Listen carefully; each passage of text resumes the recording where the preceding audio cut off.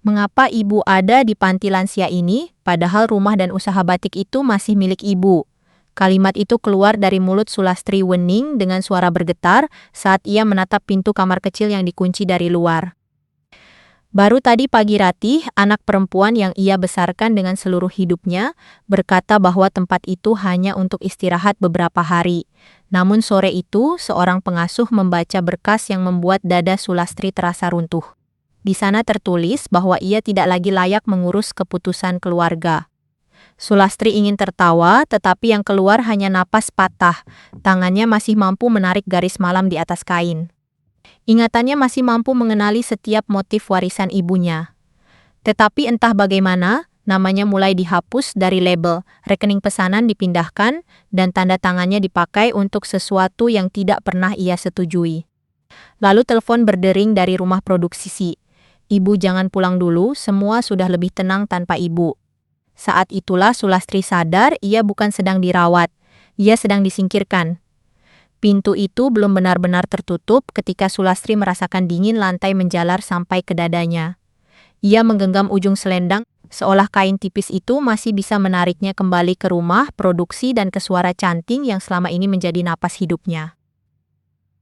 Beberapa hari sebelumnya, ia berdiri di ruang pajang dan melihat namanya hilang dari label kain yang paling ia jaga. Kain itu tergantung di dinding tengah tepat di bawah lampu kuning. Motifnya adalah warisan ibunya, halus seperti aliran air di antara daun tua. Selama puluhan tahun, Sulastri selalu menulis nama Wening di sudut label kecil, bukan untuk dipuji, melainkan agar setiap kain tetap memiliki asal-usul. Namun pagi itu, label lama diganti cetakan baru yang licin dan kaku. Namanya tidak ada, yang tersisa hanya merek asing, seakan kain itu tidak pernah melewati matanya dan tidak pernah menyerap keringat para pembatik.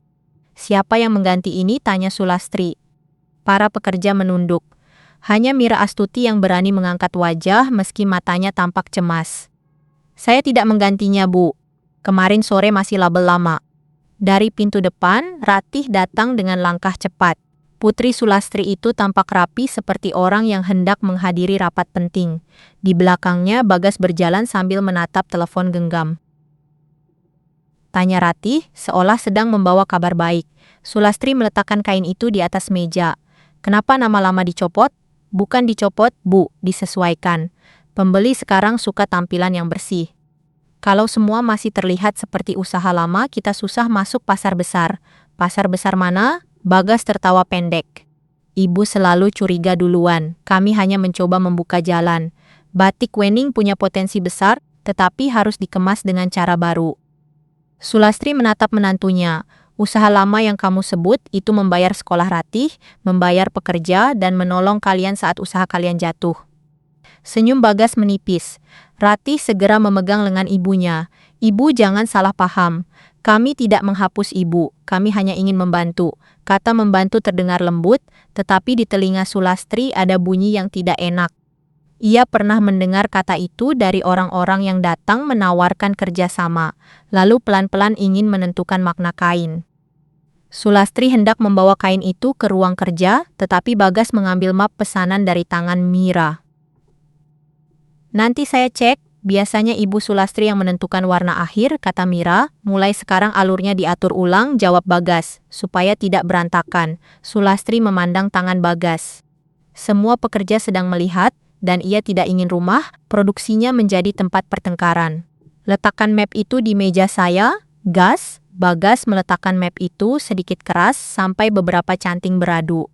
Sulastri membawanya ke ruang kerja. Ratih menyusul tanpa mengetuk, sementara Bagas berdiri di ambang pintu seperti penjaga. Ibu tersinggung? Tanya Ratih. Ibu sedang bertanya. Kadang pertanyaan ibu membuat orang merasa tidak dipercaya. Kepercayaan tidak hilang karena pertanyaan. Kepercayaan hilang kalau ada yang bergerak diam-diam. Ratih duduk dan mengeluarkan map biru dari tasnya. Map itu baru, rapi, dan dingin. Ia meletakkannya di depan Sulastri dengan senyum yang dipaksakan tenang. Surat kuasa biasa supaya saya bisa membantu rekening, pesanan, pertemuan, dan pendaftaran merek. Ibu tetap pemilik, tidak ada yang berubah. Sulastri tidak segera menyentuhnya. Kalau tidak ada yang berubah, kenapa harus ada surat kuasa? Bagas masuk beberapa langkah. Karena pembeli besar tidak mau menunggu keputusan lama. Bu, mereka butuh orang yang bisa bergerak cepat. Sulastri membuka map itu. Kalimat pertama terdengar sopan. Kalimat kedua masih tampak wajar, namun semakin jauh ia membaca, semakin dingin punggungnya. Ada wewenang penuh, ada pengelolaan merek, ada keputusan produksi yang bisa dilakukan tanpa persetujuan tertulis jika dianggap mendesak. Di halaman terakhir, tanda tangan Ratih dan Bagas sudah ada sebagai saksi. Ini bukan surat kuasa biasa, kata Sulastri. Ratih segera menjawab. Bahasanya memang dibuat orang hukum. Ibu jangan takut dengan kata-kata. Ibu tidak takut kata-kata, ibu takut niat di balik kata-kata. Bagas mendengus. Semua selalu jadi perkara kalau ibu tidak setuju. Sulastri menatapnya. Orang yang tidak punya apa-apa untuk disembunyikan tidak keberatan menunggu pemilik membaca. Ratih berdiri. Matanya mulai basah. Ibu pikir saya mau merampas? Saya ini anak ibu. Kalau kamu anak ibu, kamu tidak akan meminta ibu menandatangani sesuatu yang belum kamu jelaskan dari awal. Ruangan hening. Ratih menunduk, mengusap sudut mata. Sulastri mengenal gerakan itu. Sejak kecil, Ratih pandai membuat orang merasa bersalah sebelum air matanya benar-benar jatuh. Saya cuma ingin ibu bangga, bisik Ratih. Tapi ibu lebih percaya pekerja daripada anak sendiri. Dada Sulastri melunak sekejap, namun sebelum ia sempat meraih tangan Ratih, Bagas menutup map itu. Sudahlah, jangan sekarang. Kita tunggu sampai ibu lebih tenang. Lebih tenang. Kata itu menancap di telinga Sulastri. Seolah membaca sebelum menandatangani adalah tanda bahwa ia tidak bisa berpikir jernih. Malam itu, setelah pekerja pulang, Sulastri duduk sendiri di ruang kerja. Ia membuka kembali map biru yang ditinggalkan Ratih. Setiap kalimat terasa seperti tali halus, tidak langsung mencekik, tetapi cukup kuat untuk membuat orang tua kehilangan ruang gerak. Pintu diketuk pelan. Mira berdiri sambil membawa kunci lemari warna. Setelah masuk, matanya tidak sengaja melihat map biru, lalu segera menunduk. Kamu tahu soal cep baru itu? Saya hanya melihat beberapa kardus datang kemarin, Mas Bagas bilang itu perlengkapan promosi. 2 pekerja harian tidak dipanggil lagi setelah bertanya soal upah lembur, jadi saya memilih diam dulu. Sulastri menutup mata sebentar, perubahan sudah berjalan lebih jauh daripada yang ia kira. Mira melanjutkan, ada kain motif utama yang dipindah ke gudang belakang, katanya untuk contoh produksi. Saya merasa tidak enak karena motif itu biasanya tidak keluar tanpa catatan ibu. Sulastri berdiri. Siapa yang memindahkan? Mas Bagas. Mbak Laras juga ada? Nama Laras membuat Sulastri menoleh. Laras adalah istri Damar. Ia jarang ikut urusan motif. Jika Laras masuk gudang, berarti urusan ini sudah menyentuh lebih banyak tangan. Sulastri berjalan ke gudang belakang. Di dalam gudang, beberapa kardus baru tertumpuk rapi. Ia membuka satu kardus dan menemukan label cetak, kantong kemasan, serta kartu cerita singkat tentang motif keluarga. Cerita itu menyebut motif utama sebagai karya generasi baru Wening untuk pasar masa kini. Tidak ada nama ibunya, tidak ada nama Sulastri. Mereka menulis ulang asal-usul kain ini, gumam Sulastri. Kardus kedua berisi contoh kain dengan warna lebih terang dan garis motif yang terlalu rata. Sulastri tahu kain itu bukan dibuat di rumah produksinya. Tidak ada napas tangan manusia di sana.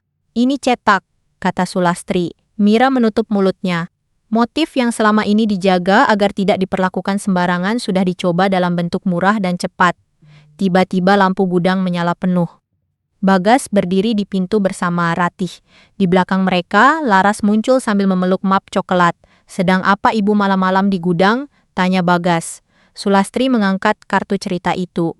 Harusnya ibu yang bertanya. Sedang apa kalian dengan motif ini? Ratih melangkah masuk. Ibu membongkar kardus persiapan tanpa bicara dulu. Ini gudang ibu, ini gudang usaha keluarga, jawab Ratih cepat. Usaha keluarga tidak berarti semua orang boleh mencuri keputusan. Bagas tertawa hambar, kata mencuri terlalu kasar. Kami sedang menyelamatkan usaha ini. Mira bersuara pelan, tetapi jelas. Pekerja tidak pernah meminta motif utama dicetak massal. Mas, Bagas menoleh tajam. Kamu tidak diajak bicara. Sulastri berdiri setengah badan di depan Mira. Dia pekerja di sini lebih lama daripada kamu mengenal kunci gudang ini. Ratih menggeleng kecewa. Ibu selalu membela orang luar. Anak sendiri dianggap musuh. Kalau kamu tidak ingin dianggap musuh, jangan bergerak seperti musuh. Bagas menarik napas panjang. Besok ibu ikut kami bertemu dokter dulu. Setelah itu kita bicara. Saya tidak mau mengambil keputusan saat ibu sedang emosional. Dokter, Sulastri mengerutkan kening. Ratih segera mendekat. Cuma pemeriksaan biasa, Bu. Saya khawatir ibu sering pusing. Tadi ibu hampir jatuh saat berdiri dari kursi. Saya tidak hampir jatuh. Ibu tidak sadar, kata Ratih. Kami yang melihat. Sulastri menatap satu persatu wajah di depannya. Bagas tampak tegas, Ratih tampak terluka. Laras menghindari tatapannya. Damar kebingungan. Hanya Mira yang tetap berdiri dekat dengannya, takut tetapi tidak pergi. Saat itulah Sulastri merasa cerita tentang dirinya mulai ditulis orang lain di depan matanya. Pagi berikutnya, Ratih datang membawa bubur hangat Fateh tawar. Wajahnya lembut lagi, seolah pertengkaran di gudang tidak pernah terjadi. Ibu makan dulu. Setelah itu kita periksa, saya sudah buat janji. Dengan dokter siapa? Dokter umum. Ini hanya supaya semua tenang. Semua siapa? Keluarga Bu. Sulastri menatap bubur itu. Yang membuat keluarga tidak tenang bukan kesehatan ibu. Yang membuat tidak tenang adalah surat kuasa, label baru dan kain cetak di gudang. Ratih menunduk, ibu selalu membawa semuanya ke arah buruk. Saya capek dianggap anak durhaka. Ibu pikir kamu harus berhenti sebelum terlambat, jawab Sulastri. Ratih berdiri. Kalau begitu buktikan ibu masih bisa tenang. Ikut periksa. Sulastri tahu ada jebakan kecil di sana. Jika ia menolak pemeriksaan, Bagas akan memakai penolakan itu sebagai bukti bahwa ia keras kepala. Maka ia mengangguk. Di klinik berdinding putih itu, pemeriksaan berlangsung biasa pada awalnya. Tekanan darah. Pertanyaan tentang tidur, pertanyaan tentang pusing, pertanyaan tentang lupa meletakkan barang. Sulastri menjawab semuanya dengan jelas dan menjelaskan bahwa ia masih bekerja setiap hari. Lalu dokter bertanya, apakah ibu sering mengambil keputusan besar sendiri?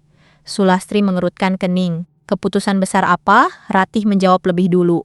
Urusan usaha, Dok. Kadang ibu menolak semua masukan. Belakangan ibu juga mudah marah. Saya marah karena mereka mengganti label tanpa izin, kata Sulastri. Dokter mencatat sesuatu. Bagas menambahkan bahwa semalam Sulastri membongkar kardus di gudang dan keluarga khawatir ia jatuh atau membahayakan diri. Saya membongkar kardus di gudang saya sendiri. Saya menemukan barang yang disembunyikan dari saya. Dokter mengangguk tetapi penanya tetap bergerak. Setiap goresan terasa seperti jarak baru antara Sulastri dan haknya sendiri. Saat Sulastri menjawab beberapa pertanyaan kecil dengan benar tetapi ragu sebentar pada nama hari, Ratih langsung memegang tangan Bagas di bawah meja. Ragu sebentar bukan berarti hilang akal, kata Sulastri. Setelah pemeriksaan selesai, dokter berkata bahwa kondisi fisik Sulastri cukup stabil, tetapi karena ada laporan keluarga tentang perubahan emosi dan tekanan pekerjaan, ia sebaiknya mengurangi aktivitas berat. Keputusan usaha yang besar, menurut dokter, sebaiknya dibantu keluarga sampai keadaan lebih tenang. Sulastri menatap dokter. Apakah itu saran medis atau saran keluarga? Ruangan mendadak sunyi. Dokter tersenyum tipis. Saran kehati-hatian, Bu. Ratih segera berdiri dan mengucapkan terima kasih. Bagas menyalami dokter terlalu lama. Ada map kecil berpindah tangan begitu cepat, hingga Sulastri tidak yakin apakah matanya salah melihat atau hatinya sudah terlalu curiga. Di luar ruang pemeriksaan, Ratih memeluk bahu ibunya. Dengar sendiri kan?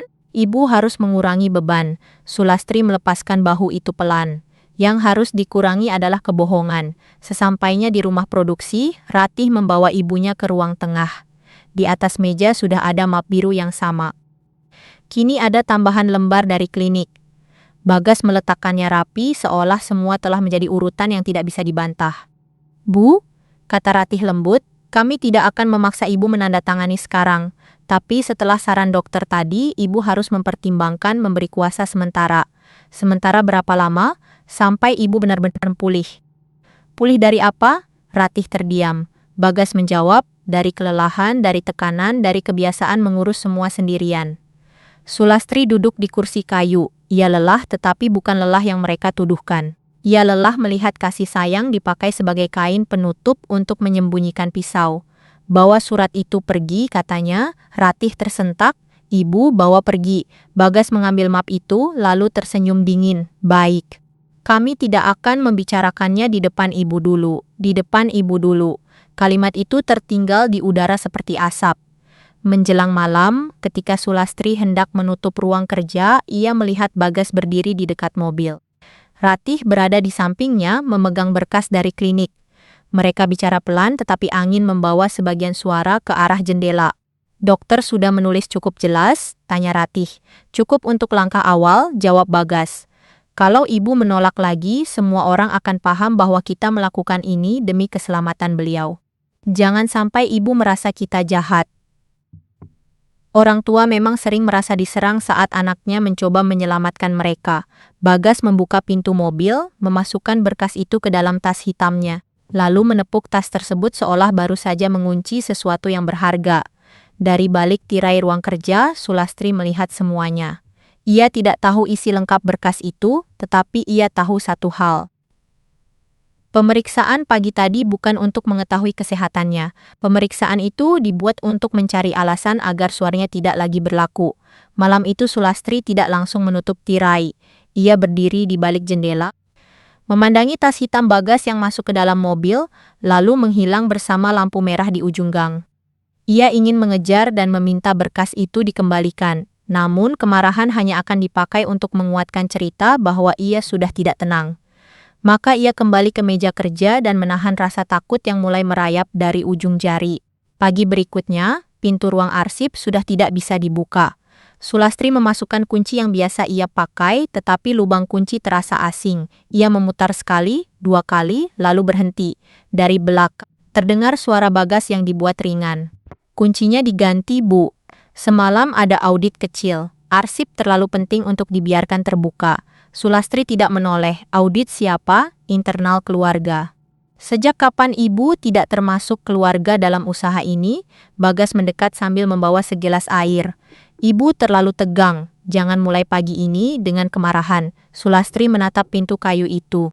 Di baliknya ada buku pesanan lama, surat pembayaran, catatan warna, dan tanda tangan para pelanggan yang percaya kepada tangannya. Buka pintunya, kata Sulastri.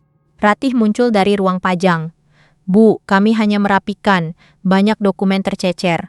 Kalau hilang, siapa yang disalahkan nanti? Yang menyembunyikan dokumen biasanya lebih perlu ditanya daripada yang menjaganya. Wajah Ratih mengeras, tetapi ia segera tersenyum saat 2 pekerja masuk dari halaman belakang. Ibu sedang kurang enak badan. Mulai hari ini semua pesanan lewat saya atau Mas Bagas dulu. Para pekerja saling pandang. Sulastri melihat kebingungan di mata mereka. Mereka tahu siapa yang menentukan warna akhir dan siapa yang hafal pelanggan hanya dari cara mereka memilih kain.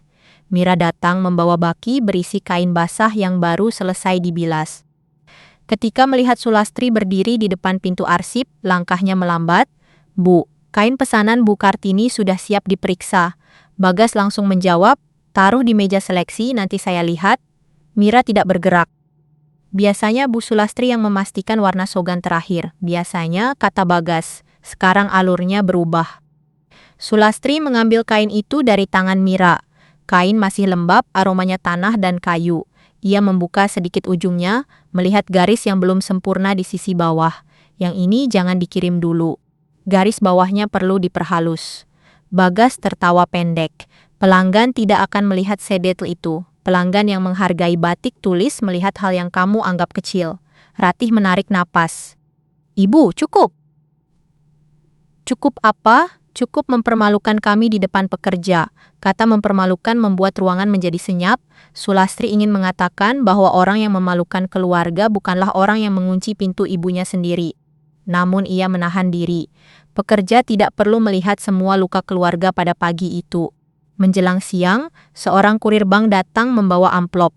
Ratih menerimanya dengan cepat, tetapi amplop itu terlanjur jatuh ketika ia berbalik. Sulastri melihat nama rekening baru tercetak di bagian depan. Nama usaha masih Wening, tetapi penanggung jawabnya bukan lagi dirinya. Kenapa rekening berubah? Tanya Sulastri. Ratih memungut amplop itu, supaya lebih mudah dipantau. Dipantau oleh siapa? Bagas mengambil amplop dari tangan Ratih. Bu, jangan membesar-besarkan. Uang tetap masuk ke usaha. Kalau tidak ada yang salah, kenapa tidak bilang? Ratih menatap ibunya dengan mata merah.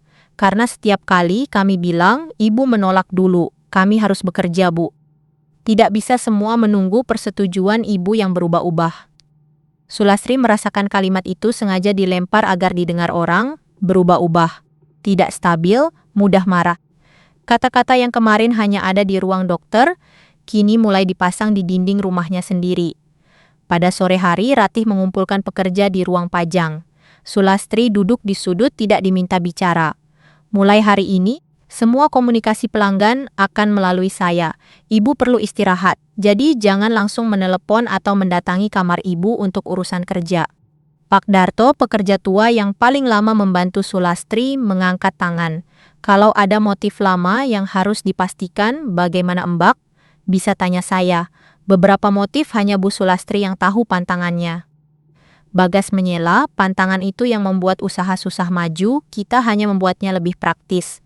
Sulastri berdiri, semua mata menoleh. Ratih tampak panik, tetapi Sulastri tidak meninggikan suara. Batik yang kehilangan pantangan akan kehilangan asal-usulnya. Bagas tersenyum. Lihat, Bu, pembicaraan sederhana selalu menjadi berat. Sulastri menatap pekerjanya. Ia ingin meminta mereka tidak percaya, tetapi kata-kata terasa terjepit di tenggorokan. Kalau ia bicara terlalu keras, mereka akan menyebutnya marah. Kalau ia diam, mereka akan mengira ia setuju. Pada malam berikutnya, Ratih masuk ke kamar Sulastri membawa tas pakaian kecil. Ibu ikut saya, besok pagi. Kemana? Tempat istirahat. Udara di sana lebih tenang. Ada perawat yang bisa memeriksa tekanan darah ibu. Hanya beberapa hari. Sulastri sedang melipat kain putih. Jari-jarinya berhenti. Panti lansia? Jangan sebut begitu, Bu. Itu rumah perawatan, banyak orang baik di sana. Rumah ibu masih ada. Ibu perlu tempat yang tidak membuat ibu ingin turun ke ruang kerja setiap saat. Sulastri menatap tas itu. Di dalamnya sudah ada pakaian, obat, selendang tipis, dan kacamata cadangan. Ratih telah menyiapkannya tanpa bertanya. Kamu sudah memutuskan? Ratih duduk di tepi ranjang. Wajahnya tampak sungguh-sungguh sedih dan karena itulah hati Sulastri semakin sakit. Pengkhianatan yang memakai air mata lebih sulit dilawan daripada kemarahan terang-terangan. Saya takut terjadi apa-apa pada ibu. Kalau ibu jatuh, semua orang akan menyalahkan saya. Yang kamu takutkan bukan ibu jatuh. Kamu takut ibu masih berdiri. Ratih terisak. Kenapa ibu bisa berkata begitu kepada anak sendiri? Sulastri memejamkan mata. Ia mencintai Ratih. Rasa itu tidak hilang karena ia sedang terluka. Justru karena cinta itu masih ada, setiap kalimat Ratih seperti jarum yang ditusukkan pelan-pelan. Esok paginya, mobil sudah menunggu sebelum pekerja datang. Bagas duduk di depan, mengirim pesan dengan cepat. Ratih menuntun Sulastri keluar seperti menuntun orang sakit, padahal Sulastri masih bisa berjalan sendiri. Mira muncul dari halaman belakang membawa keranjang kain. Begitu melihat tas di tangan Ratih, wajahnya berubah. Bu mau pergi, Sulastri menjawab sebelum Ratih sempat membuka mulut. Katanya hanya beberapa hari. Mira menatap Sulastri lama. Saya akan menjaga ruang kerja, Bu. Bagas menoleh. Tidak perlu membuat kalimat dramatis. Semua sudah diatur. Sulastri menyentuh tangan Mira sebentar. Sentuhan itu sangat singkat, tetapi cukup untuk memberi pesan yang tidak bisa ia ucapkan. Jangan percaya terlalu cepat, jangan lepaskan yang penting. Mobil bergerak meninggalkan gang, dari kaca belakang Sulastri melihat rumah produksi mengecil. Kain-kain di jemuran berkibar seperti orang melambaikan tangan tanpa suara. Untuk pertama kalinya sejak rumah itu berdiri, ia pergi karena anaknya sendiri ingin ruang itu kosong dari suaranya. Tempat yang disebut Ratih sebagai rumah perawatan berada di pinggir kota. Bangunannya bersih, halamannya rapi, dan suara televisi terdengar dari ruang tengah. Beberapa lansia duduk di kursi panjang, memandang pohon, atau tertidur dengan tangan di pangkuan. Seorang perempuan setengah baya menyambut mereka, namanya Bu Rukmini. Selamat datang, Bu Sulastri. Kamar ibu sudah disiapkan. Sulastri menatap Ratih. Kamar sudah disiapkan sejak kapan? Ratih menghindari tatapannya, baru kemarin. Bagas menyerahkan map kepada Bu Rukmini. Untuk sementara, komunikasi keluarga lewat Bu Ratih dulu. Ibu Sulastri perlu tenang, jadi jangan terlalu banyak panggilan luar. Sulastri langsung menoleh. Telepon saya, Ratih memegang tas ibunya. Bukan diambil, Bu. Disimpan agar ibu tidak terganggu. Saya masih bisa memutuskan kapan saya terganggu. Bagas tersenyum kepada Bu Rukmini. Begini biasanya, Bu. Ibu masih ingin mengatur semuanya. Dokter menyarankan suasana tenang. Bu Rukmini tidak menjawab cepat. Ia memandang Sulastri, lalu berkata, kami biasanya tetap mengizinkan penghuni menerima telepon pada jam tertentu, selama tidak membahayakan kesehatan. Terima kasih, kata Sulastri sebelum Bagas sempat menyela. Ratih menggenggam tangan ibunya. Saya akan datang lagi besok. Kamu membawa ibu ke sini untuk besok atau untuk sampai surat itu selesai? Ratih pucat. Surat apa? Sulastri tersenyum tipis. Kalau kamu masih harus bertanya, berarti kamu masih tahu itu salah. Bagas menyentuh bahu Ratih. Ayo, biarkan ibu istirahat. Setelah mereka pergi, Bu Rukmini mengantar Sulastri ke kamar. Ruangannya kecil, berisi tempat tidur, lemari, meja, dan jendela menghadap pohon. Namun bagi Sulastri, kamar itu terasa seperti kotak untuk orang yang masih hidup, tetapi sudah tidak diizinkan menyentuh hidupnya sendiri. Kalau ibu butuh sesuatu, tekan bel ini, kata Bu Rukmini. Sulastri menatapnya. Bolehkah saya meminjam telepon nanti? Jam telepon setelah makan malam, tapi kalau darurat bilang pada saya. Sulastri mengangguk. Untuk pertama kalinya sejak pagi, ia merasa masih ada satu orang yang tidak langsung percaya pada cerita Ratih. Di rumah produksi, suasana berubah seperti kain yang dicelup warna keruh. Para pekerja bekerja lebih pelan. Bagas memerintahkan 2 pekerja harian memindahkan kardus dari gudang belakang ke ruang pajang. Ratih duduk di meja depan, menerima panggilan pelanggan dengan suara manis. Bu Sulastri sedang istirahat total. Untuk sementara, semua keputusan saya yang pegang. Mira mendengar kalimat itu berkali-kali sampai tangannya gemetar saat mencuci canting. Ia mencoba bekerja seperti biasa, tetapi setiap sudut rumah produksi terasa seperti menyimpan peringatan. Menjelang sore, seorang pelanggan lama datang mengambil pesanan kain. Ratih menyerahkan bungkusan dengan label baru. Pelanggan itu membuka sedikit ujung kain lalu mengerutkan kening. Ini motif pesanan saya, tapi labelnya beda. Biasanya ada tulisan tangan Bu Sulastri. Ratih tertawa lembut. Kami sedang memperbarui tampilan, Bu. Lebih rapi. Pelanggan itu masih ragu. Bu Sulastri ada? Beliau istirahat. Dokter menyarankan tidak diganggu. Mira yang berdiri di belakang tirai menahan napas. Setelah pelanggan pergi, Bagas mengambil satu tumpuk label lama dari laci dan memasukkannya ke kantong plastik hitam. Buang semua, jangan ada yang pakai lagi. Mira mendekat. Mas, beberapa pelanggan meminta label lama untuk pesanan adat. Itu bagian dari catatan asal kain. Bagas menatapnya lama. Kamu banyak sekali mengingat hal yang tidak diminta. Saya hanya menjalankan kebiasaan Bu Sulastri. Justru itu masalahnya. Mulai sekarang, kebiasaan lama tidak otomatis berlaku. Ratih mendekat, suaranya dibuat sabar. Mira, kamu pekerja baik, jangan membuat keadaan sulit. Ibu sedang perlu tenang. Mira menunduk, saya paham, tetapi ia tidak paham, atau lebih tepatnya, ia paham terlalu banyak. Malam itu, setelah sebagian pekerja pulang, Mira kembali ke ruang cuci dengan alasan memeriksa canting yang tersumbat. Dari sana ia bisa melihat Bagas membuka pintu arsip dengan kunci baru. Ratih masuk membawa kardus kosong. Laras muncul tidak lama kemudian menutup pintu perlahan dari dalam. Mira pura-pura membilas kain, tetapi telinganya menangkap suara laci ditarik, kertas disusun, dan Bagas berkata pelan, ambil yang ada tulisan tangan ibu. Semua catatan warna lama jangan sampai tercampur dengan dokumen produksi baru. Laras bertanya buku coklat yang sering dipakai Bu Sulastri itu juga, terutama itu. Dia terlalu percaya pada buku itu. Mira hampir menjatuhkan canting, buku coklat, buku resep warna alam, buku yang selalu disimpan Sulastri di lemari rendah dekat meja cap tua. Jika buku itu hilang, banyak hal bisa diubah tanpa jejak. Mira menunggu sampai Bagas, Ratih, dan Laras menuju kantor depan. Saat langkah mereka menjauh, Mira meletakkan canting dan berjalan cepat ke ruang kerja Sulastri. Kunci ruang kerja belum diganti. Mira masuk tanpa menyalakan lampu besar, tangannya gemetar saat membuka lemari rendah. Buku coklat masih ada. Mira menariknya perlahan, tetapi di bawah buku itu ada selembar kertas tua yang ikut terselip. Ia tidak sempat membacanya. Dari luar terdengar suara Bagas. Siapa di belakang? Mira memasukkan buku itu ke dalam lipatan kain basah di keranjang. Kertas tua ia selipkan di balik kebaya kerjanya. Ia menutup lemari, mengambil canting rusak dari meja, lalu keluar dengan wajah sebiasa mungkin. Bagas berdiri di ujung lorong. Kamu belum pulang? Canting nomor kecil tersumbat. Saya ambil jarum. Di ruang kerja Bu Sulastri, jarumnya biasa disimpan di sana. Bagas berjalan mendekat. Matanya turun ke keranjang kain yang dibawa Mira. Apa itu? Kain yang belum selesai dibilas. Ia membuka kain paling atas. Basahnya membuat tangan Bagas mundur dengan jijik. Di bawah kain itu, buku coklat terbaring tersembunyi, terlindungi oleh bau pewarna dan air sisa bilasan. Cepat pulang setelah selesai, kata Bagas. Baik, Mas. Mira berjalan ke belakang dengan lutut yang hampir lemas. Ia tidak berani menoleh. Setelah sampai di ruang cuci, ia menutup pintu pelan, mengangkat kain basah, dan memeluk buku coklat itu ke dadanya. Di dalam kamar kecil panti, Sulastri duduk sendirian menunggu jam telepon.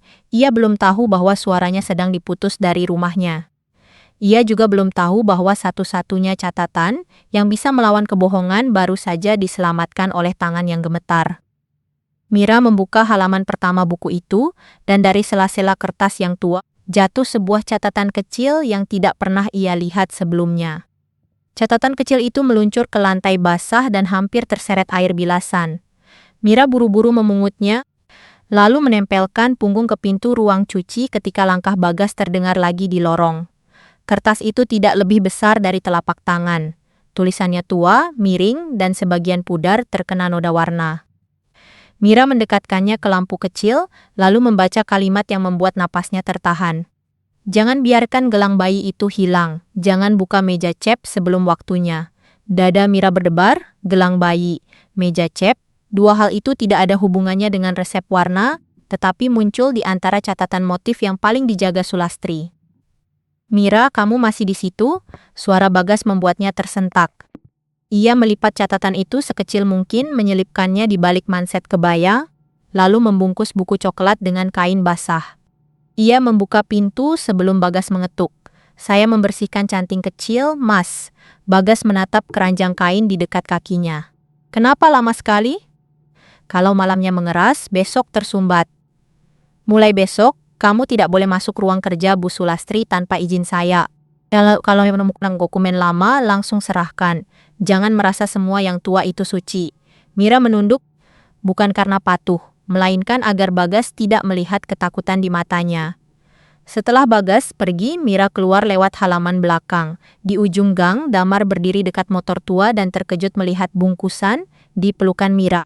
Kamu bawa apa? Buku warna Bu Sulastri. Damar menoleh ke rumah produksi. Dari kaca ruang depan, bayangan Bagas dan Laras tampak terlalu dekat. Wajah Damar berubah. Kalau Bagas tahu, kamu bisa diusir. Kalau buku ini hilang, Bu Sulastri bisa kehilangan lebih banyak dari pekerjaan saya. Damar menahan napas, pergi lewat gang belakang, saya berdiri di sini. Di panti? Sulastri duduk dekat jendela ketika Bu Rukmini datang membawa makan malam. Nasi hangat dan sayur bening diletakkan di meja kecil, tetapi Sulastri tidak menyentuhnya. Bu Sulastri belum makan sejak siang, saya tidak lapar. Kadang tubuh tetap perlu diberi makan, walau hati sedang menolak. Sulastri menoleh. Bu Rukmini tidak bicara seperti orang yang menganggapnya lemah, ia bicara seperti orang yang mengerti luka. Anak saya meninggalkan berkas apa kepada ibu? Bu Rukmini terdiam sebentar. Berkas perawatan, nomor keluarga, dan catatan dokter. Apakah tertulis saya tidak boleh menerima telepon? Ada permintaan agar ibu tidak terlalu banyak berkomunikasi dengan urusan usaha. Katanya supaya ibu tidak stres. Saya stres karena usaha saya diambil, bukan karena saya mendengar suara pekerja. Bu Rukmini duduk di dekat pintu. Saya tidak boleh mencampuri keluarga orang, tapi saya juga tidak suka melihat orang yang masih bisa bicara jelas diperlakukan seolah tidak punya kehendak. Sulastri menahan air mata. Saya perlu menelepon seseorang. Nanti setelah makan malam, saya pinjamkan telepon kantor. Tidak lama, tapi cukup untuk satu panggilan. Malam turun. Ketika penghuni lain mulai masuk kamar, Bu Rukmini memberi isyarat. Sulastri berjalan ke meja kantor kecil dan menekan nomor rumah produksi. Tidak diangkat. Ia mencoba lagi. Pada panggilan ketiga, suara Ratih muncul. Panti sudah menelepon ibu, ibu yang menelepon. Ibu harus istirahat. Kenapa menelepon malam-malam? Karena siang hari kamu mengambil telepon ibu. Saya menyimpannya supaya ibu tenang. Saya ingin bicara dengan Mira. Ratih diam sejenak. Mira sudah pulang, besok suruh dia menelepon ibu. Ibu tidak perlu membicarakan pekerjaan dengan dia. Dia hanya pekerja, sampaikan saja. Bu, jangan membuat orang-orang di rumah produksi merasa harus memilih pihak. Saya anak ibu. Sulastri memejamkan mata. Kalau kamu menjaga ibu, buka ruang arsip dan kembalikan telepon ibu. Suara Ratih menjadi dingin. Ibu mulai lagi. Panggilan terputus. Di rumah sewa Mira, buku coklat terbuka di atas meja makan. Sebagian besar halaman berisi resep warna dan catatan pantangan motif. Namun di beberapa halaman ada tulisan berbeda, lebih tua, lebih gemetar.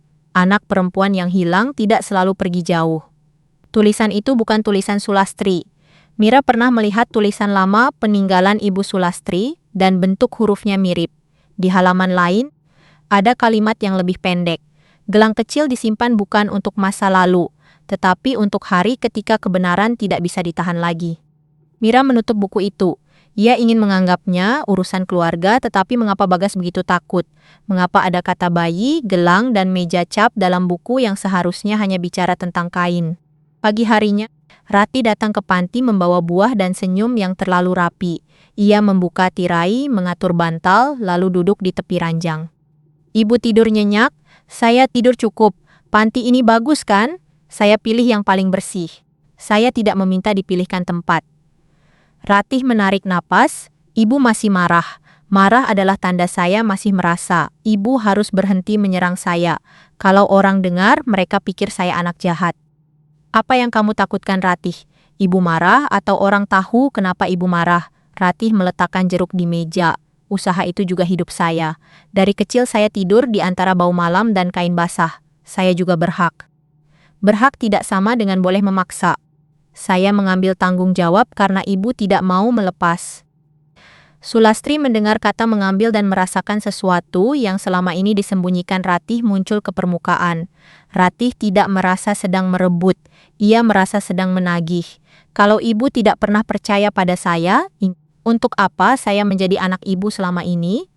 Ibu membesarkanmu bukan supaya kamu membeli hak untuk mengubur ibu hidup-hidup. Ratih berdiri, wajahnya memucat. Ibu keterlaluan. Bawakan telepon ibu sore ini. Saya akan bawa kalau dokter bilang ibu siap. Dokter bukan pemilik hidup saya. Ratih mengambil tasnya. Saya pulang dulu. Banyak yang harus diurus. Pabrik akan datang melihat contoh kain. Sulastri menatap tajam. Pabrik apa? Ratih terdiam, baru sadar ia telah bicara terlalu banyak. Bukan apa-apa, hanya calon pembeli. Motif utama tidak boleh keluar. Ibu istirahat saja. Begitu Ratih pergi, Sulastri menekan bel. Bu Rukmini datang beberapa saat kemudian. Saya perlu keluar dari sini, kata Sulastri. Keluar untuk pulang? Belum. Saya perlu bertemu seseorang tanpa anak saya tahu. Bu Rukmini memandangnya lama. Besok pagi ada jadwal jalan santai ke halaman belakang. Pagar samping biasanya dibuka untuk tukang sayur. Saya bisa mempertemukan ibu dengan orang yang ibu percaya di warung dekat pagar, tapi waktunya singkat. Satu kesempatan sudah cukup. Di rumah produksi, Bagas menemukan ruang kosong di lemari rendah, buku coklat hilang. Suaranya meledak sampai pekerja di halaman berhenti bergerak. Siapa yang mengambil buku itu? Ratih datang tergesa. Buku apa? Buku warna tua milik ibu. Laras berdiri di belakang mereka, wajahnya tegang. Mungkin Bu Sulastri membawa sebelum pergi. Tidak mungkin, tasnya saya lihat, Damar sedang mengangkat gulungan kain. Bagas menoleh kepadanya, kamu lihat siapa masuk ruang kerja semalam? Damar menelan ludah. Ia teringat Mira membawa bungkusan. Ia juga melihat Laras berdiri terlalu dekat dengan Bagas, jari mereka hampir bersentuhan di balik meja. Ada sesuatu di antara keduanya yang membuat perutnya terasa panas. Saya tidak memperhatikan, jawab Damar. Bagas mendekat. Kamu tidak pernah memperhatikan apapun? Itu sebabnya usaha ini hampir mati di tangan keluarga kalian. Damar mengepalkan tangan, tetapi tetap diam. Ratih berkata tajam, cari Mira. Mira baru datang beberapa saat kemudian. Ia membawa keranjang kecil dan wajah yang dipaksa tenang. Bagas langsung menghadangnya. Kamu masuk ruang kerja semalam. Saya mengambil jarum untuk canting. Buku warna hilang. Saya tidak tahu. Kamu yakin? Saya yakin saya tidak perlu menjawab tuduhan tanpa bukti.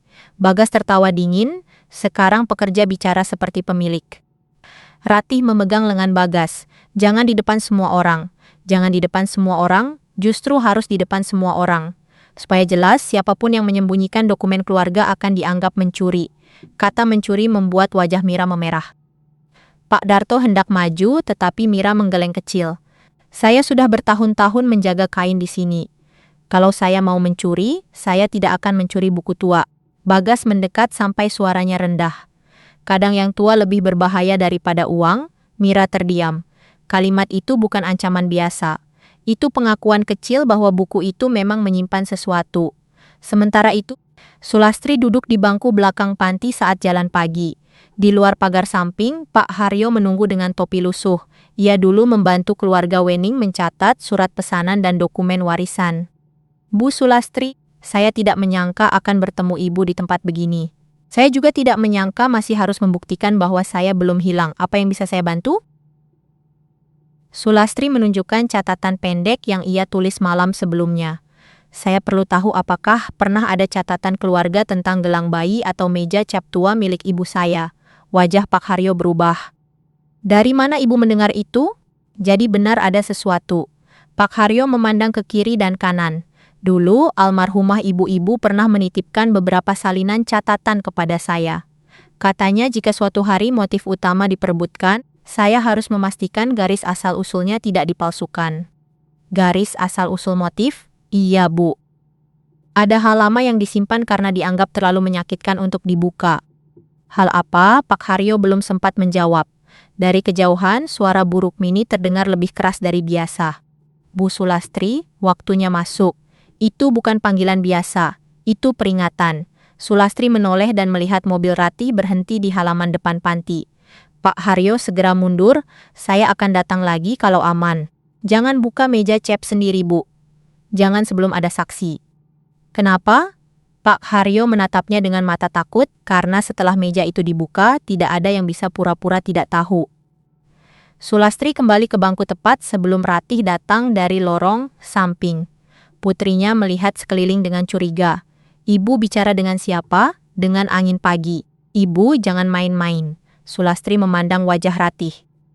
Untuk pertama kalinya, ia bertanya dalam hati apakah anaknya takut karena bersalah atau karena ia sendiri sedang dijebak oleh Bagas. Di rumah produksi, Bagas membawa semua pekerja ke ruang tengah dan meletakkan selembar pernyataan kerja di atas meja. Mira Astuti, mulai hari ini kamu dirumahkan sementara. Mira mematung. Atas dasar apa? Atas dasar pelanggaran kepercayaan. Kamu masuk ruang kerja tanpa izin dan diduga mengambil dokumen keluarga. Ratih berdiri di samping Bagas. Ia tampak tidak nyaman, tetapi tidak membantah. Mira menatapnya. Mbak Ratih, percaya saya mencuri? Ratih mengalihkan mata. Kalau kamu tidak mengambil apa-apa, kembalikan saja yang kamu simpan. Jadi Mbak tahu saya menyimpan sesuatu? Bagas memukul meja. Jangan memutar balik. Damar berdiri di belakang, rahangnya mengeras. Laras menunduk sambil mengetik pesan. Telepon Bagas bergetar hampir bersamaan, dan Damar melihat nama Laras muncul di layar. Mira melepas celemeknya pelan. Saya akan pergi hari ini. Tapi saya tidak akan menyerahkan apapun kepada orang yang ingin menghapus nama Bu Sulastri. Bagas menunjuk pintu, keluar. Mira berjalan keluar dengan kepala tegak, tetapi matanya basah. Di halaman belakang, Damar menyusulnya. Kamu bawa buku itu kan? Mira menoleh cepat. Mas mau menyerahkan saya? Tidak. Saya mau tahu apa yang sebenarnya mereka takutkan. Mira membuka tas kainnya sedikit. Buku coklat terlihat di dalamnya bersama catatan kecil. Ada tulisan tentang gelang bayi, tentang meja cep, tentang anak perempuan yang hilang. Saya tidak tahu artinya. Damar pucat. Ibu pernah bilang, nenek melarang orang menyentuh meja cep-cep tua. Saya pikir itu cuma karena benda warisan. Saya harus bertemu Bu Sulastri. Aku bisa mengantar, tapi jangan lewat pintu depan panti. Ratih pasti sedang di sana. Menjelang sore, Bu Rukmini membawa Sulastri ke ruang tamu kecil dengan alasan menerima tamu sesama pembatik. Mira berdiri dekat jendela, lelah tetapi penuh tekad. Damar menunggu di luar. Mira, Bu, maaf saya datang begini. Sulastri meraih tangannya. Diusir, dirumahkan, dituduh mengambil dokumen. Karena buku itu, Mira membuka tas, meletakkan buku coklat di pangkuan Sulastri. Tangan Sulastri gemetar saat menyentuh sampulnya. Bau kertas tua dan warna alam naik seperti kenangan yang tidak selesai. Saya menemukan catatan ini, kata Mira. Sulastri membacanya. Wajahnya berubah ketika melihat tulisan tangan ibunya. Jangan biarkan gelang bayi itu hilang, bisiknya. Bu tahu maksudnya? Sulastri tidak menjawab. Ia membalik beberapa halaman dan menemukan kalimat lain. Anak perempuan yang hilang tidak selalu pergi jauh. Napasnya tertahan. Mira ragu, lalu membuka sedikit lengan kebayanya. Sejak kecil, ibu angkat saya bilang tanda ini tidak boleh terlalu sering ditunjukkan karena bentuknya aneh. Di lengan bagian dalam Mira, dekat siku, ada tanda lahir kecil berwarna kecoklatan. Bentuknya seperti kelopak yang tersapu air. Sulastri menatap tanda itu tanpa berkedip. Wajah ibunya yang sudah lama meninggal tiba-tiba muncul di ingatan. Malam sebelum wafat, perempuan tua itu pernah menggenggam tangan Sulastri dan berbisik dengan suara putus-putus. Suatu hari, anak yang pulang tidak selalu datang dengan panggilan. Kadang ia datang lewat tangan yang menjaga warisanmu. Sulastri menutup mulutnya, matanya penuh air, tetapi belum ada satupun jawaban yang berani keluar. Jawaban itu hanya menjadi napas yang gemetar di tenggorokan Sulastri. Ia menatap tanda kecil di lengan Mira, lalu menatap buku coklat di pangkuannya. Seolah dua benda itu tiba-tiba membuka pintu lama yang selama ini ditutup oleh tangan orang-orang yang sudah tiada. Mira segera menurunkan lengan kebayanya. Wajahnya pucat, bukan karena takut kepada Sulastri, tetapi karena ia melihat perubahan di mata perempuan tua. Itu ada rindu yang terlalu cepat muncul. Ada ketakutan yang belum berani diberi nama. Bu, maaf, saya tidak bermaksud membuat ibu merasa tidak enak. Sulastri menggeleng pelan. Bukan kamu yang membuat ibu begini? Buruk Mini berdiri di dekat pintu, gelisah memandang lorong. Waktunya tidak banyak, Mbak Ratih tadi menelepon lagi. Katanya sebentar lagi akan datang untuk memeriksa keadaan ibu. Damar masuk dari samping, suaranya rendah. Kita harus pergi dari sini sebelum Ratih sampai. Sulastri memegang buku coklat lebih erat. Aku harus membuka meja cap tua milik ibu. Damar menahan napas. Di rumah produksi? Di sana catatan ini dimulai. Di sana juga mungkin jawabannya disimpan. Mira mundur setengah langkah. Kalau ibu keluar sekarang, mereka akan bilang ibu melarikan diri dari perawatan. Selama ini mereka mengurung ibu dengan kata perawatan. Kalau ibu terus takut pada sebutan mereka, seumur hidup ibu tidak akan bisa berdiri sebagai diri sendiri. Buruk Mini melihat ke arah jendela. Saya bisa bilang ibu menjalani pemeriksaan tambahan di luar, tapi alasan itu tidak akan bertahan lama. Cukup sampai malam, jawab Sulastri. Mereka keluar lewat pintu samping ketika halaman panti mulai sepi. Damar membawa mobil tua dengan hati-hati. Melewati jalan kecil agar tidak berpapasan dengan mobil Ratih. Sulastri duduk di belakang bersama Mira. Buku coklat terletak di antara mereka, dibungkus kain polos seperti sesuatu yang hidup dan rapuh. Tidak ada yang berbicara cukup lama. Sulastri memandangi tangan Mira yang menggenggam ujung tas. Tangan itu kasar oleh kerja, ada bekas warna yang tidak hilang dari kuku. Tangan itu selama bertahun-tahun menjaga kain, sementara anak yang dibesarkannya justru menggeser namanya dari label. Sesampainya di rumah produksi, langit sudah gelap. Damar membawa mereka masuk lewat pintu jemur di belakang. Lampu ruang pajang masih menyala, tetapi kantor depan terdengar kosong. Dari kejauhan hanya ada suara kendaraan lewat dan kain di halaman yang bergesekan oleh angin malam. Meja cap tua berdiri di sudut ruang kerja, ditutup kain tebal. Selama hidupnya, Sulastri hampir tidak pernah memindahkan meja itu. Ibunya dulu selalu berkata bahwa meja tersebut tidak boleh dibuka, tidak boleh dijual, dan tidak boleh dibawa keluar dari rumah. Dulu Sulastri mengira itu hanya pesan orang tua kepada benda warisan. Malam itu ia merasa meja itu menunggu sesuatu sejak lama. Pak Haryo datang beberapa saat kemudian dengan napas tersengal. Ia membawa tas kulit kusam yang baunya seperti lemari arsip lama. Maaf, Bu, saya harus memutar jalan. Ada orang bagas di depan gang. Sulastri menatapnya. Apa yang sebenarnya ibu saya titipkan kepada Bapak? Pak Haryo meletakkan tas di meja kecil. Beliau tidak memberi semua jawaban, hanya beberapa salinan catatan dan pesan. Jika suatu hari motif wening diperebutkan dengan cara kotor, Meja cep ini harus dibuka di depan saksi. Mira memeluk dirinya sendiri.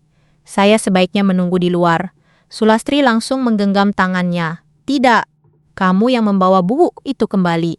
Apapun jawabannya, kamu tidak boleh lagi dijadikan orang luar dalam kegelapan ini. Damar memeriksa pintu lalu kembali. Pak Haryo menunjuk sisi kanan meja. Di sana ada ukiran daun kecil yang hampir tak terlihat karena tertutup noda tua. Ketika Sulastri menekan ukiran itu, terdengar bunyi pelan dari bagian bawah meja. Celah tipis terbuka. Sulastri berlutut. Tangannya gemetar saat menarik bungkusan kain dari dalam rongga kayu. Kain itu sudah lusuh, tetapi motif pinggirnya sama dengan motif yang sering dipakai ibunya pada benda-benda pribadi. Di dalamnya ada gelang bayi dari logam tipis, potongan kain pembungkus, selembar catatan kelahiran yang tidak lengkap, dan surat panjang dengan tulisan tangan yang sangat ia kenal.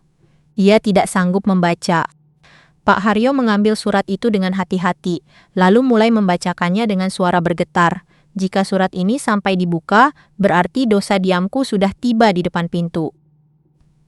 Anak perempuan yang malam itu dibawa pulang ke rumah Wening bukan bayi yang keluar dari rahim Sulastri. Bayi Sulastri ditukar sebelum fajar untuk menutup malu keluarga lain.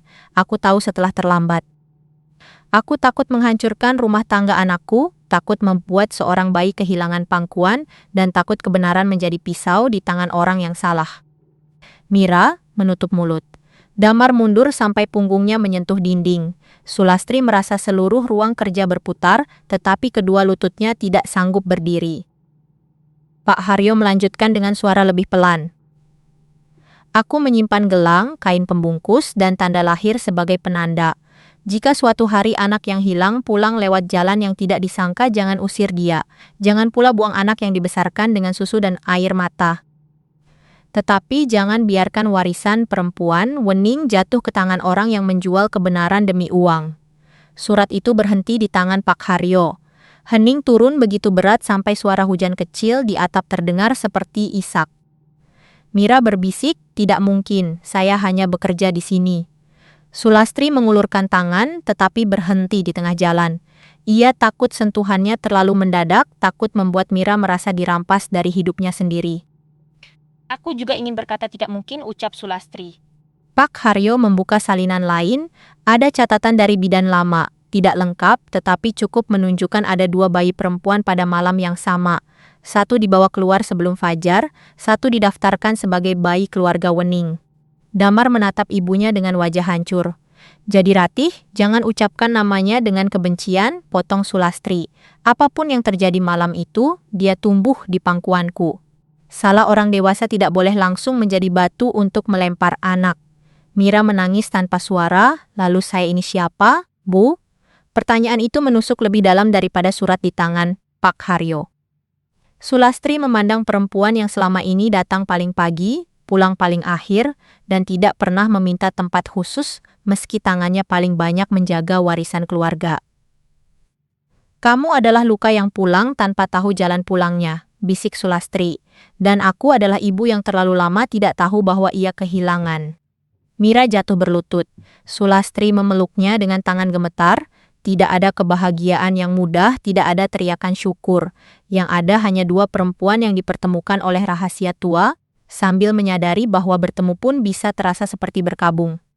Tiba-tiba suara pintu depan terbuka, semua orang membeku. Bagas masuk ke ruang pajang sambil berbicara di telepon. Besok acara tetap jalan. Jangan pedulikan Bu Sulastri. Secara keluarga, semua sudah kami tangani. Damar cepat mematikan lampu ruang kerja.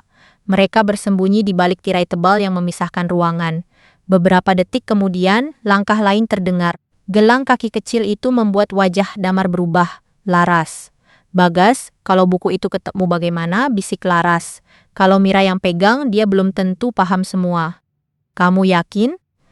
Aku sudah melihat tanda di lengannya waktu dia membantu mengangkat kain. Bentuknya sama seperti catatan tua yang pernah aku baca di arsip.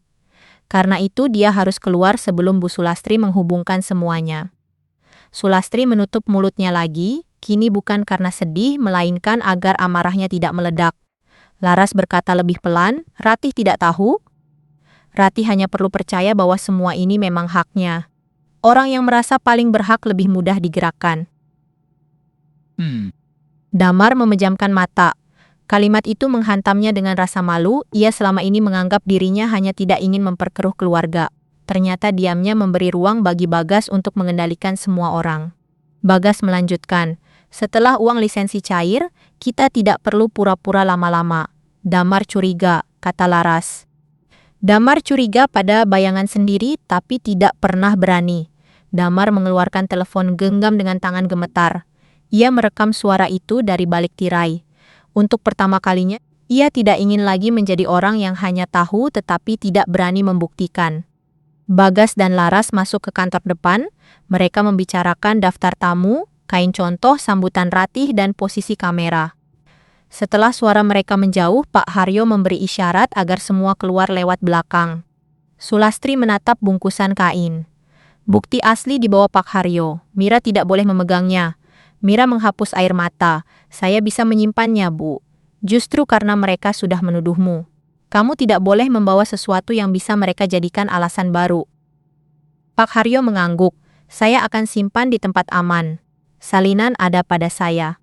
Damar memandu mereka keluar. Di dekat pintu belakang, Sulastri berhenti sejenak. Dari sisi ruang depan, ia melihat poster acara peluncuran sudah terpasang. Wajah Ratih dan Bagas tercetak besar, tersenyum seperti pewaris sah yang membawa masa depan.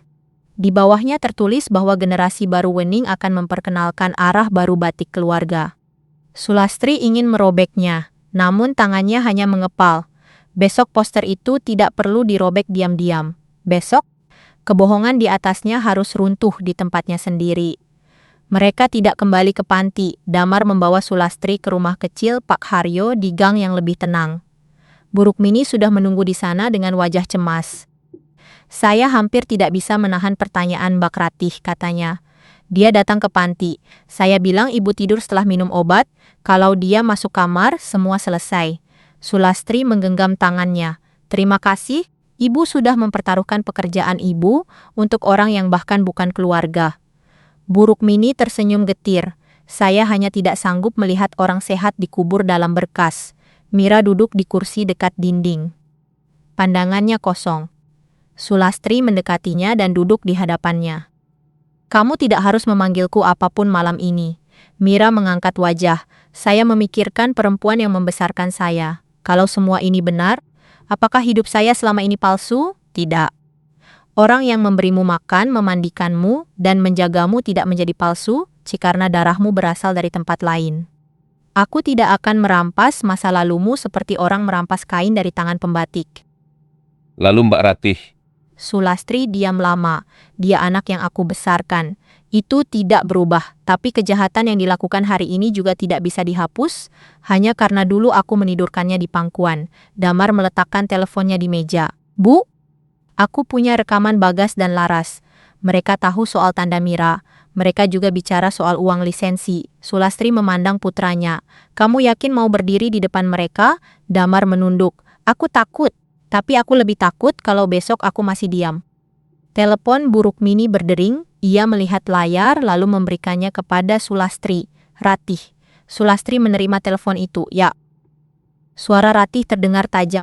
Ibu ada di mana? Di tempat yang tidak bisa kamu kunci. Ibu keluar tanpa izin. Ibu sadar ini memperburuk keadaan. Yang memperburuk keadaan bukan langkah ibu keluar, Ratih. Yang memperburuk keadaan adalah asal-asalan kalian memasukkan ibu ke sana.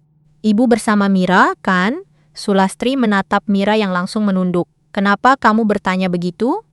Karena sejak awal dia yang menghasut ibu. Dia pekerja, Bu. Bukan keluarga.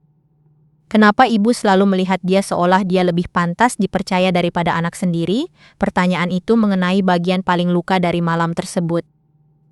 Sulastri ingin menjawab dengan surat, gelang, dan semua kebenaran yang baru saja terbuka. Tetapi wajah Ratih kecil muncul di ingatannya, menangis saat lututnya berdarah memanggil ibu di malam hujan. Tidur di pangkuannya setelah lelah bermain.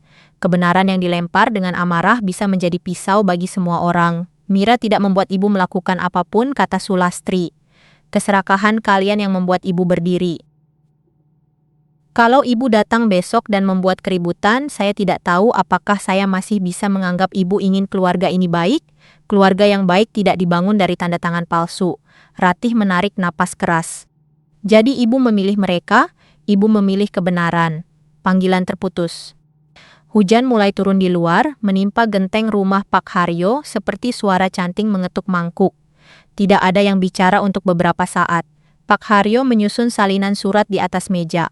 Besok mereka akan punya tamu, pabrik, dan mungkin orang media. Kalau ibu datang tanpa saksi, mereka akan menyerang ibu dengan cerita bahwa ibu tidak stabil. Kalau saya tidak datang, mereka akan memakai nama saya selamanya. Bu Rukmini berkata, ibu harus membawa bukti bukan hanya luka. Saya sudah terlalu lama membawa luka sendirian, jawab Sulastri. Besok saya membawa bukti. Mira menatapnya, kalau rahasia ini dibuka, Ratih juga hancur. Aku tahu. Karena itu aku tidak akan membukanya seperti orang membuka aib di pasar, tetapi Bagas harus berhenti. Surat kuasa itu harus dibatalkan. Motif ibuku tidak boleh dijual dengan cerita palsu. Damar berdiri. Aku ikut. Pak Haryo mengangguk. Saya juga. Bu Rukmini menarik napas. Saya bisa bersaksi bahwa ibu dibatasi berkomunikasi, padahal ibu sadar dan mampu mengambil keputusan. Mira ragu. Saya takut kalau hadir mereka makin menuduh saya. Sulastri menyentuh tangan Mira. Kamu tidak perlu berdiri di depan semua orang kalau belum siap. Tapi aku ingin kamu dekat. Bukan sebagai senjata. Bukan sebagai bukti hidup yang dilempar ke wajah siapapun. Kamu ada di sana karena selama ini kamu menjaga sesuatu yang hampir aku kehilangan selamanya. Mira menangis lagi, lebih tenang dari sebelumnya. Ia mengangguk. Sulastri berdiri, tubuhnya lelah tetapi punggungnya lurus. Ia mengambil selendang dari kursi dan menyampirkannya ke bahu. Di ujung selendang itu ada motif kecil buatan tangan ibunya, pudar tetapi masih utuh. Besok Ratih dan Bagas akan menyiapkan panggung untuk generasi baru Wening, katanya pelan. Damar menatap ibunya. Ibu mau melakukan apa? Sulastri memandang hujan di balik jendela, lalu menggenggam buku coklat yang akhirnya kembali ke tangannya. Saya akan datang, bukan untuk menangis di belakang pintu, tetapi untuk mengambil kembali nama saya.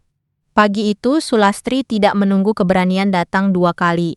Ia duduk di depan meja kecil rumah Pak Haryo, memandang buku coklat, salinan surat, dan rekaman suara di telepon Damar seperti memandang kain yang belum selesai digambar. Tidak ada teriakan di ruangan itu. Tidak ada sumpah untuk menghancurkan siapapun. Sulastri hanya meminta semua bukti dipisahkan dengan hati-hati. Yang menyangkut surat kuasa, panti, rekening, dan lisensi harus dibuka di depan orang-orang yang sudah telanjur percaya pada Bagas. Yang menyangkut darah dan bayi yang tertukar hanya boleh dibicarakan di hadapan keluarga inti dan saksi yang benar-benar diperlukan. Aku tidak mau kebenaran berubah menjadi pasar, katanya. Mira duduk dekat jendela. Wajahnya pucat karena semalam hampir tidak tidur. Ia memakai kebaya sederhana dengan rambut disanggul rendah seperti biasa saat bekerja. Di pangkuannya ada kain polos yang ia remas pelan. Kalau ibu ingin saya menunggu di luar, saya akan menunggu, ucapnya. Sulastri menoleh. Hari ini kamu tidak perlu membuktikan apapun. Cukup jangan lari dari dirimu sendiri. Damar memeriksa teleponnya. Rekaman sudah kusimpan di beberapa tempat. Kalau Bagas merebut teleponku, masih ada salinan. Bu Rukmini meletakkan teh hangat di dekat Sulastri. Panti sudah bertanya, saya bilang ibu sedang bersama keluarga dan saya ikut mendampingi. Setelah hari ini mungkin saya harus menjelaskan semuanya kepada pengelola.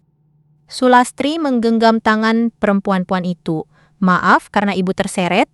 Bu Rukmini tersenyum lirih. Saya lebih takut kalau ikut diam. Menjelang siang, rumah produksi Wening sudah berubah seperti panggung. Kain contoh digantung di ruang pajang. Kursi-kursi disusun menghadap meja besar. Di depan pintu berdiri poster Ratih dan Bagas, dengan tulisan bahwa generasi baru Wening akan membawa batik keluarga menuju masa depan. Ratih berdiri memakai kebaya baru. Senyumnya tegang. Bagas berbicara kepada tamu dari pabrik dengan percaya diri, sementara Laras mondar-mandir di dekat meja minuman. Beberapa pelanggan lama hadir karena undangan. Beberapa pekerja berdiri di pinggir ruangan, tidak berani duduk, tetapi juga tidak ingin pergi. Acara segera dimulai, kata Bagas kepada Ratih. Kalau ibumu datang, biarkan aku bicara. Ratih memandang pintu. Dia keluar dari panti semalam. Ini tidak terasa benar. Bagas mendekatkan wajah. Yang tidak benar adalah membiarkan orang tua mengubur kesempatan besar hanya karena takut berubah. Ratih menelan ludah. Matanya jatuh pada namanya sendiri di poster. Untuk sesaat, ia tampak seperti anak kecil yang ingin dipuji. Lalu ia mengangkat dagu lagi. Ketika Bagas hendak membuka acara, Damar masuk lebih dulu dari pintu samping. Semua kepala menoleh. Di belakangnya, Sulastri berjalan perlahan dengan selendang tua di bahu.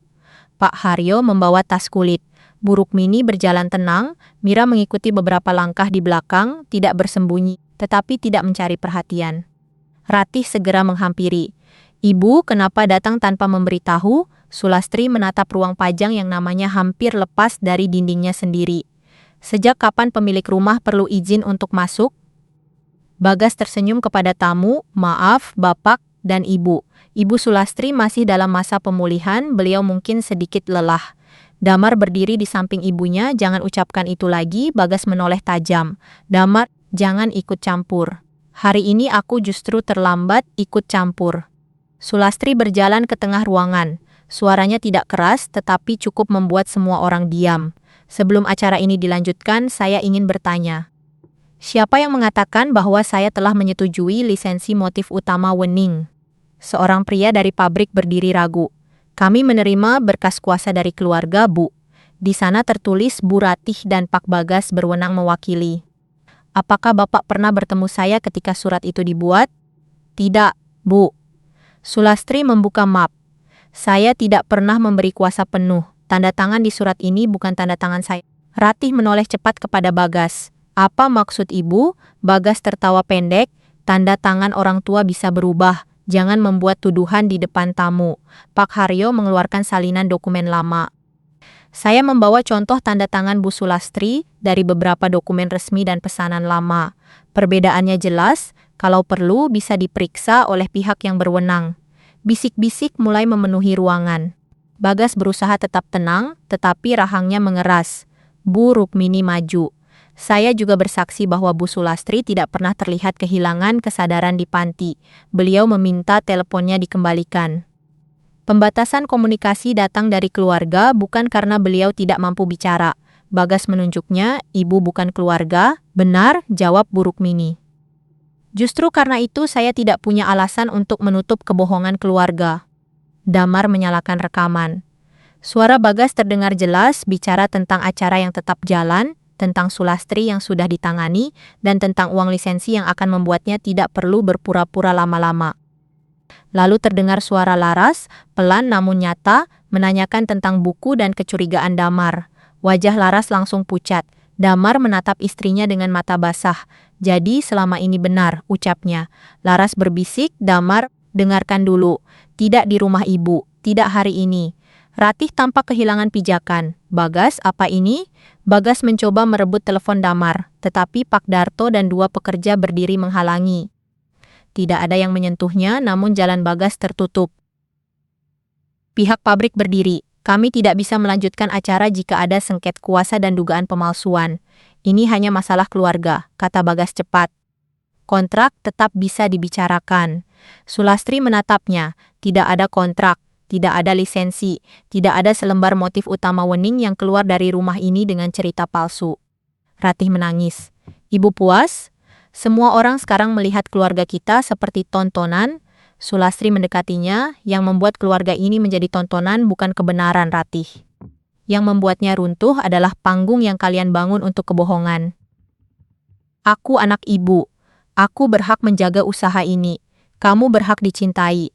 Tetapi kamu tidak berhak mengurung ibumu, mengganti kunci, memindahkan rekening, dan memakai namaku tanpa izinku." Ratih menatap Mira yang berdiri di belakang. "Ibu lebih percaya dia daripada aku." Mira menunduk. Sulastri menarik napas dalam. Saat itu, ia tahu bagian paling menyakitkan tidak bisa terus dikubur tetapi juga tidak boleh dibuka seperti orang menumpahkan sampah di jalan. Sulastri meminta tamu dari pabrik dan orang yang tidak berkepentingan menunggu di halaman. Suaranya tenang, tetapi tidak memberi ruang untuk dibantah. Para tamu keluar dengan wajah canggung. Para pekerja lama tetap di sudut sebagai saksi. Bagas mencoba ikut keluar namun Damar menahan jalan. Kamu tetap di sini. Pak Haryo meletakkan bungkusan kain tua di atas meja. Ratih menatap benda itu dengan kening berkerut. Sulastri memandang Ratih lama sekali. Di balik wajah perempuan dewasa itu, ia masih melihat bayi yang pernah ia gendong, anak kecil yang pernah demam, dan gadis remaja yang menangis karena takut gagal. Cinta itu nyata. Justru karena nyata, pengkhianatan hari ini terasa lebih dalam. Ratih, dengarkan ibu. Apapun yang kamu dengar setelah ini, satu hal tidak berubah. Aku pernah menjadi ibumu dengan sepenuh hati. Ratih berbisik, apa maksud ibu? Pak Haryo membacakan bagian yang paling perlu dari surat lama. Tentang bayi perempuan yang ditukar sebelum fajar, tentang gelang kecil, tentang tanda lahir, tentang pesan agar warisan tidak jatuh ke tangan orang yang memakai kebohongan. Ratih mematung, air matanya berhenti seketika. Tidak, itu tidak benar.